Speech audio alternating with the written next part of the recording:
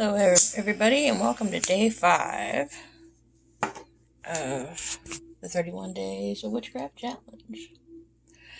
Today's question is, have you had a teacher in the craft? Have you ever taken a course or classes to help you learn witchcraft? What were your experiences? If you haven't, how are your thoughts and feelings on such courses? Let's see.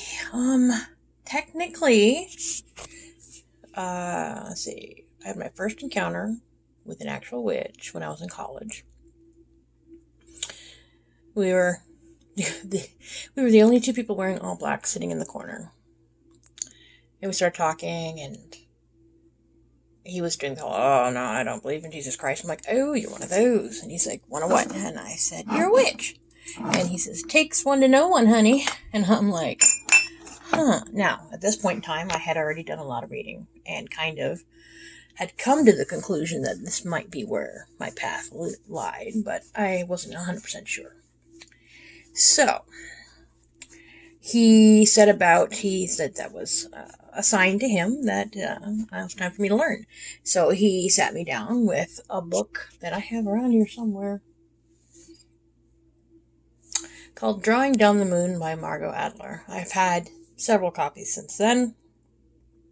It is the book whenever somebody says, what should I first read? When they're finding your path, and I always direct them to that book because it covers such a wide variety of pantheons. It's the best way to explain to someone who isn't completely sure how the branches work and things like that. Like you have Christianity, and then underneath that you have Protestant, Catholic, and underneath Protestant you got Baptist, Lutheran, etc., etc., etc. Paganism is very similar in that fashion. Is that you got the broad umbrella of paganism, and under that you've got all the divisions. So he was my first education, unofficially.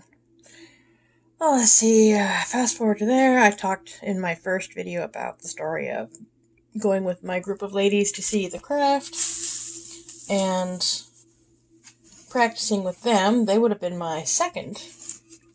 I'm digging around over here to see if I can find the book. They would have been my second unofficial class because she taught me. I got jars upon jars upon jars.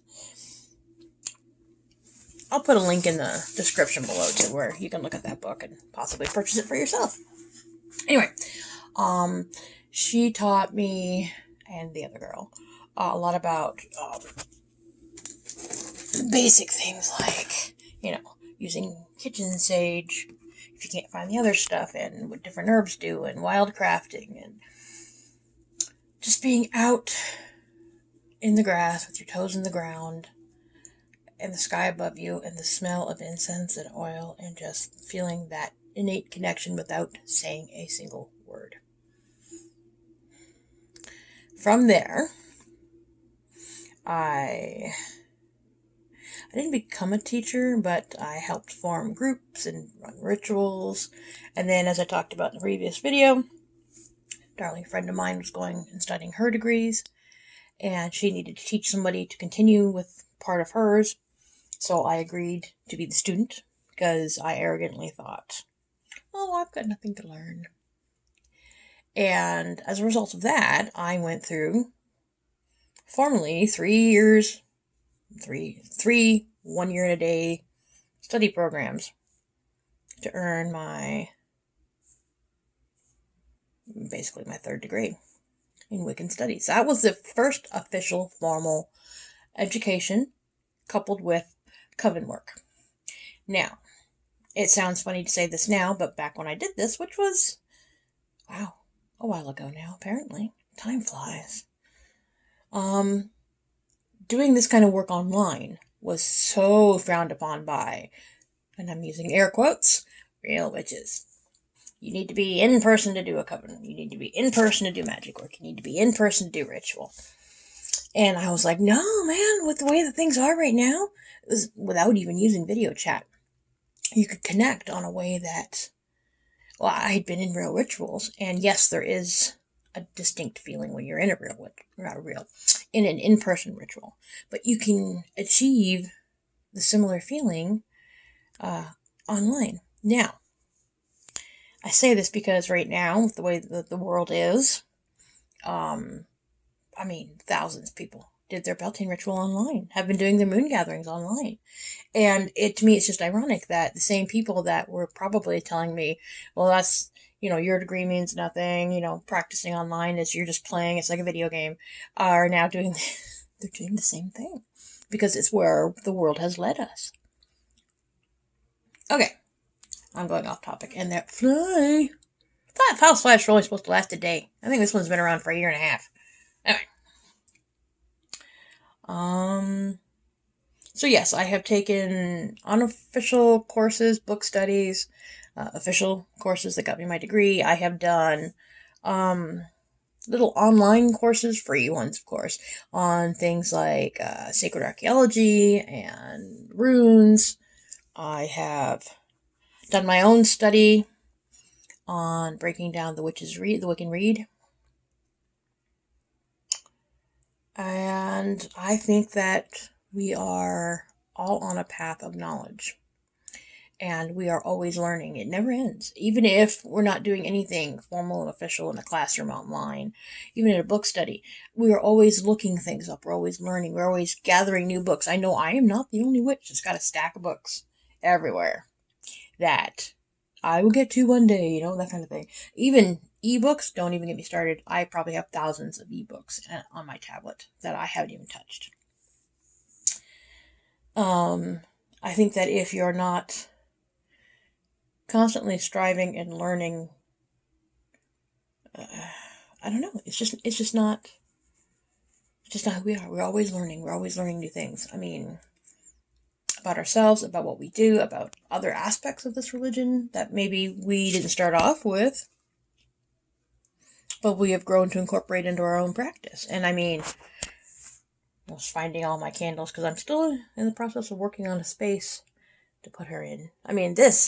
Did I think that when I first started my path eons ago that this would have been such a focal point in my life? No, I had no clue. So, while I do not think that one needs, that candle's getting low, that one needs formal education to call themselves a witch. If you feel drawn to it, do it. I am on the fence about having to pay people for it. I think a donation base is good. But that's my own preference. Because there are so many free options out there. Not everyone has. We witches, as a general rule, as broke-ass people because we keep buying things. So, there are good and reputable witch schools out there online and in person that may require money or exchange. And that's fine. My own experience was it was a donation-based. And that worked out great for me. There's plenty of free resources out there. Heck, you can even get, didn't I just see Uncle Bucky's? Yep.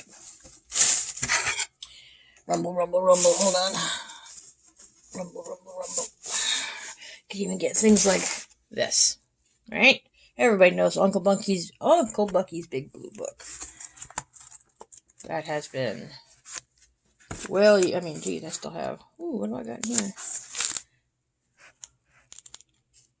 Yeah, I still have, you can complete this thing from beginning to end and have a fairly decent education. At least a good basic, I've used, I believe it's from his book, my first cord magic spell came out of this book. And it's still one that I instinctually still use. So, yes, there's a place for classes. Yes, there's a place for what I would call independent study. We're always learning, we're always growing. We learn from each other. I'm learning from watching other people's videos during this challenge about, what they do. And I would like to think that they're finding at least my stuff humorous, if nothing else. And I think that's going to be it for today. Let's see, did I answer all of it? Yes, I've had a teacher. Yes, I've taken courses. My experiences were good. And, do what you feel you need to do. Again, if you're watching this and you're not from this side of my life, and you have any questions, feel free to message me. I have no problem answering anything you've got. And until next time, witches, stay safe and blessed be.